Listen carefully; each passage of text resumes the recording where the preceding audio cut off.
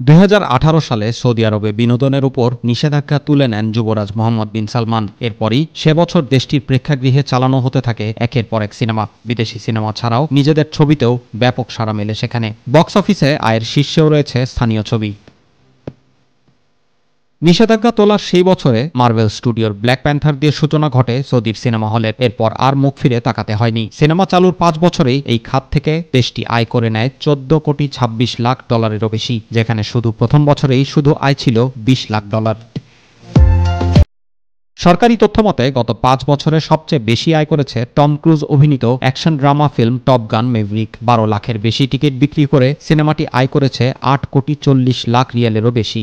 এরপরই আছে Christopher নোলানের Oppenheimer ও Tom cruise অভিনীত mission impossible dead reckoning part ১। ২০২৪-এও জমজমাট এই আরব বক্স অফিস। চলতি বছরের প্রথমার্ধে সৌদি প্রেক্ষাগৃহগুলোতে বিক্রি হয়েছে ৮৫ লাখেরও বেশি টিকিট, আর এ থেকে দেশটি আয় করেছে ৪২০ মিলিয়নেরও বেশি সৌদি রিয়াল, বাংলাদেশি মুদ্রায় যা ১,৩০০ কোটি টাকারও বেশি।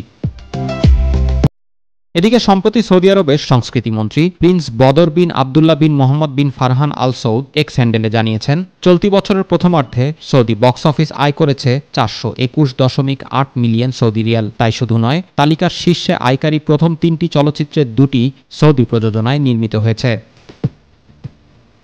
সুবাইর রহমান, মাই টিভি নিউজ।